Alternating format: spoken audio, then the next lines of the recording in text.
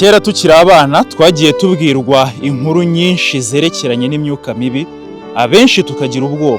Izo nkuru zabaga akenshi ziri kubwirwa abana bari gucibwa imigani na ba sogokuru wabo cyangwa ba nyogokuru wabo, igihe twabaga twicaye bakatubwira kuri izo nkuru.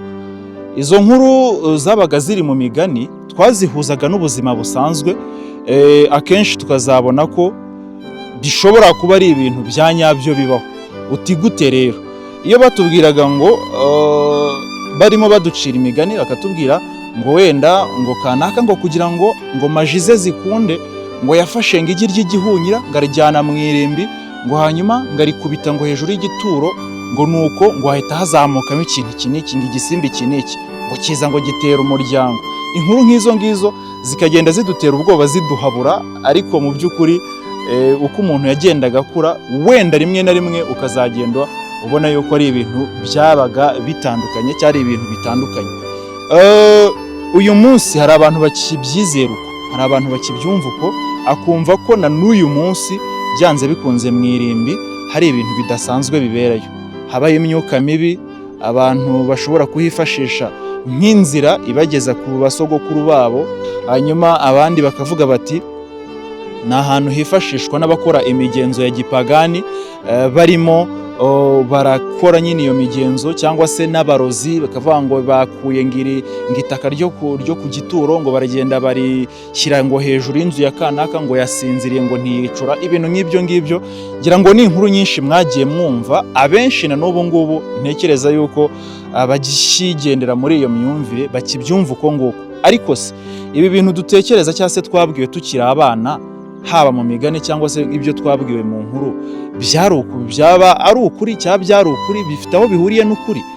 Niyo mpamvu rero ayo matsiko nifuza yuko twayashira uyu munsi nk'uko mubibona inyuma yanjye turi mu irimbi rya Rusororo. Mu irimbi rya Rusororo ngira ngo abenshi murahazi, hashyinguwe abantu benshi, ariko kandi hari n'abantu bahakorera kenshi, bahakura ubuzima niko navuga, n'abantu bahakorera umunsi ku munsi kugira ngo batumare aya matsiko batubwire. Mu ijoro biba bimeze bite? Ese koko iyi myuka mibi barayibona? Ibyo twajyaga twumva kiravuga ngo haba hari abantu badasanzwe bahaza n'udutoroshi, haba hari amajwi adasanzwe, haba hari abantu baje kuhakorera iyo migenzo ya gipagani. Ibintu nk'ibyo ngibyo niyo mpamvu twifuza yuko batumara amatsiko nyine batubwire kuri iki kintu twagiye tubwirwa kenshi tukiri abana. Icyo musabwa ni iki? Ni ugukora subscribe, ni ugukora like, ni ugukora share. Nje nitwa Ntagara Migambi, iyi ni Damoke TV. Mwebwe nyine nimukora ibyo bintu kugira ngo tujye duhora tubana mu biganiro byacu bya buri munsi. Nimukore kuri ibyo bintu mbabwiye, ni subscribe, ni share, ni like, ni comment, kugira tujye tubana mu biganiro byacu bya buri munsi. Naho ubundi ni munyemerere dutangirane n'uru rugendo rwacu rwo gushira amatsiko kuri iki kintu twagiye tubwirwa kenshi tukiri abana, abenshi bakibyizera uko nguko twabibwiwe.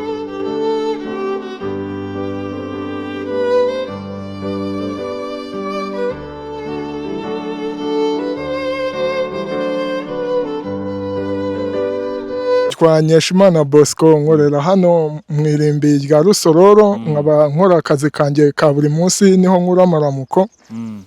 Nkora akazi kajyanye no gutabara abantu, nkaba ndi umuyede waho. Ukaba uri umuyede? Kano kazi kamazemo igihe kingana iki? Imyaka 3. Akazi umazemo imyaka 3 ugakora ku manywa na nijoro? Nkora amanywa gusa. Ku manywa ubwohera nkasanga ukagera sanga? Ku manywa mera saa 12 za mu gitondo, nkataha nimugoroba saa 11. Hari ibintu bajya bavuga yuko hano mu irimbi habamo imyuka mibi, ngo haraka nijoro, ibintu nk'ibyo ngibyo, cyangwa se n'abantu baza kuhakorera imigenzo ya gipagani. Ibyo bintu nibyo? Ibyo bintu barabeshya rwose, ntabihaba. Ntabihaba? Yego. Wabiprova gute? Impamvu mbiprova mvuga ko ntabihaba, hano hantu makorera imyaka 3. Nta migenzo ya gipagani njya mabona, ni ugushyingura bisanzwe nk'uko na kera bashyinguraga. Ntabwo wigeze ugira nk'ikintu cy'igishyika cyangwa ubwoba bitewe n'uko wigeze wumva izo nkuru? Izo nkuru ndazumva, ariko nazo nigeze mbona, ni ukubeshya. None se imyaka yose ukoreye aha hantu, yego, nyine wahisanze gute cyane ko izo nkuru ntekereza yuko kera tukiri abana nta muntu utarazibwiwe. Kubera iki wemeye kuza gukorera ahangaha? Nyine hano hantu nahisanze, umuntu yaje kwandangira akazi, nanjye izo nkuru najyaga nzumva afite ubwoba nyiri umwana, ati ahantu bashyingura abantu benshi haba abadayimoni, haba imyuka mibi, ariko nyine akagenda ambwira ati ibyo ni ukubeshya, nawe wakiyiza ukareba ugakora akazi bisanzwe, ntacyo uzahura nacyo, nta kibazo na kimwe nanjye na n'ubu ndahura nacyo. Hanyuma nk'abantu bakorera ahangaha ninjoro iyo muganiriye bakubwira yuko haba hameze hate? Ni ibisanzwe, haba hameze nk'ibisanzwe, nta kibazo kiba kirimo. Nta kibazo kiba gihari? Yego. Hari wenda nk'ikintu se cyaba cyarahabaye kidasanzwe cyaba cyaratumye abantu bakuraho iyo nkuru bavuga aha hantu byanze bikunze haba imyuka mibi? Iyo nkuru nyine ni abantu babyimashinamo mu mitwe yabo, ntabwo ari ikintu umuntu yagenda yerekane ngo iyo myuka mibi iherereye aha n'aha, ntayihari. Ugira ngo komera. Yego mukomere. Amakuru. Turaho turashima Imana. Witwa nde? Nitwa Ngendahayo Adrien. Nawe ukorera hano? Nkorera hano. Hari inkuru twagiye tubwirwa kera tukiri abana batubwira yuko hano mu irimbi rya Rusororo cyangwa se n'ahandi hantu hashyinguye abantu akenshi ngo haba hari imyuka mibi. Ese ibyo bintu nibyo? Aka kazi ubundi ukamazemo igihe kingana iki? Aka kazi maze imyaka igera muri 5 nkora aka kazi muri iririmbi, kuko iririmbi ryatangiye ubwo ntabyibuka neza ni hagati ya 2011 hagati ya 2011 na 2012. Ariko ari abo twasanze hano ntago ibyo bintu batubwira ko babibonye. Gusa nanone hari ikindi nshobora kuvugaho, impamvu yenda ibyo bintu babivuze. Hari ahantu bashyingura muri kariya gace bashyingura abisilamu. Yego. Hari utuntu tw'udutara bashyiraho turaka. Abisilamu mu marimbi y'abisilamu menshi, yaba ari hano haba ari n'ahandi, bakunda gushyiraho utwo tubuye turaka. Ariko nanone iyo dushizemo amabuye baba besitayemo tukazima. Hari igihe yenda abantu baba barakoze iyo nkuru kubera iyo mpamvu. Ariko hano iyo myuka mibi, ibyo bintu byaka hano, njye hari n'igihe nkora akazi nkageza na 2:00. 2:00 za nijoro? 2:00 z'ijoro. Nkikora akazi bitewe n'akazi bampangiye, nkageze mu masaha ntaragasoza, ariko yenda mu masaha nkaba nkashoje nkataha. Ibyo bintu sindabibona. 11:00 nanone hari igihe mba nagezemo hano, na 15 na 30 hari igihe mba nagezemo hano. Ibyo bintu ko ntarabibona, bigaragara ko ari inkuru z'abantu, cyangwa nanone barabonye utwo tubuye twakaho ngaho kumva z'abisilamu. Kuko kumva z'abayisilamu utwo tuntu bakundaga kudushyiraho. Ariko ngo abayisilamu bashyingura bitandukanye? Abayisilamu ntago bashyingura nk'uko hano dushyingura.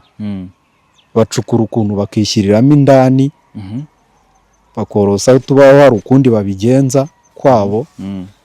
Nuko bimeze, ariko ntago bashyingura nka hano. Yego. None se igihe wazaga gutangira kano kazi, izo nkuru nawe ntabwo wari warazumviseho na mbere? Izo nkuru zaravugwaga. N'ubu si wowe bimbajije gusa, n'abaza gushyingura barabaza bavuga ngo ngo hano ngo habanga imyuka mibi, ngo ninjoro haraka. Ariko urabasobanurira nk'umuntu umaze igihe hano, ababwira ati ntago haka, ni inkuru nyine abantu bakora bakavuga, ariko ntihaka. Urabona hano umuntu arakora nyine kugira ngo aramuke, agire icyo abona, abe hatunge n'umuryango we. Bariya abantu barazaga nyine, urumva mu myuzo ya mbere baba bafite n'ubwoba, hano haba hari ibihumbi bingana gutya bihashyinguye, baba bafite ubwoba. Ariko uko ugenda umara iminsi niko ugenda umenyera na cya kintu cy'igihunga n'ubwoba bikakuvamo. Nuko bimeze, umuntu nyine arabyakira bikamubamo, bikarangira bya bindi by'ubwoba bikava. Kwa kundi bavuga ngo abantu bakora imigenzo ya gipagani ngo bajya baza nko gushaka ngo itaka ngo ryo ku gituro cy'umuntu, ngo bajya baza ngo kuhamenera ngo amagi y'ibihunyire, ibintu nk'ibyo. Ibyo bintu ntago wigeze ubibona n'umunsi n'umwe igihe cyose umaze aha ngaha? Mu gihe maze hano ibyo bintu ntabyo ndabona rwose. kandi ngerageza kenshi mu gihe nkoreye hano yenda hari nk'umunsi yenda ntabasha gukatakata ahantu ariko ntabwo ibyo bintu ndabihabona ntabihaba biba ari ukubeshya bari amagambo yego. Akabazo ka nyuma dusoza, mu minsi yashize twigeze kubona inkuru zivuga yuko ngo hari imva zagiye ziriduka, nimba ari bwo buryo nabivugamo, ibyo bintu mwarabibonye byarabaye? Ibyo bintu cyane ntabwo byabaye, byari bihuha. Ibyo bintu urabona mu minsi yashize habaye ikintu cy'imvura nyinshi, hagaragayemo imva ebyiri, ariko hari inkuru zakozwe haboneka nyine n'ibyo bintu, ariko ntabwo ari nyinshi, n'izo ebyiri nabwo byari byatewe n'ikibazo cy'imvura, byatewe n'imvura nyinshi, iraba imvura nyinshi yo muri aya minsi ishize iraba, ariko nta birenze n'izo ebyiri, ntabwo n'ebyiri zonyine.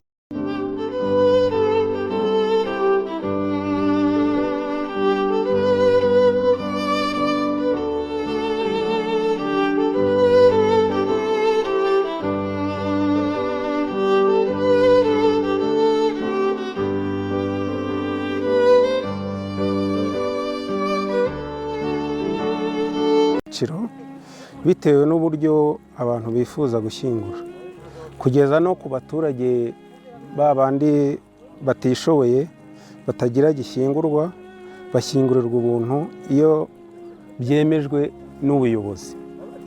Hanyuma abafite ubushobozi bukeya, aho ducukura tugashyingura, tugasubizaho itaka, tubishyuza ibihumbi 10, ubwo ariko haba harimo na 5 ya ngari sinzi niba noneho hakaba abayisilamu n'abandi bantu bashyingurwa ku buryo bwihariye, nabo tubaca ibihumbi 10. Noneho imva izamuye, inkuta block sima iteye igipande, ikamenerwa na beto hejuru 195. Noneho hakaza imva icukuye izamuye na block sima ifite amakaro imbere, tukamenera dare, hanyuma tukazashyingura, tugakora finisage y'amakaro n'ibihumbi 430. Noneho hakaza icyiciro cyitwa VIP kigera muri 600. Iki gisabwa n'abantu bafite abantu benshi, iki cyiciro gisabwa n'abantu bafite abantu benshi, bagasaba serivisi z'inyongera zirimo amatente manini, intebe, za tapi n'utundi tuntu, nitwo dutuma mbese bijya hejuru. Ni ukuvuga ryatangiye muri 2011 mu kwezi kwa 11, none ubu turi muri 2026. Murumva intera irimo rero, kandi n'ubu turacyakorera nk'uko nabibabwiye. Hasigaye ubutaka turimo gukoreramo buregera hegitari imwe, buri munsi ya hegitari imwe ho gatoya. Ubwo rero urumva tukaba duteganya kuhakorera mu gihe gihwanye n'amezi nk'7 cyangwa 8. Ubundi iyo hari ahakenewe umujyi wa Kigali urexproprier abaturage, ukaduha aho gukorera.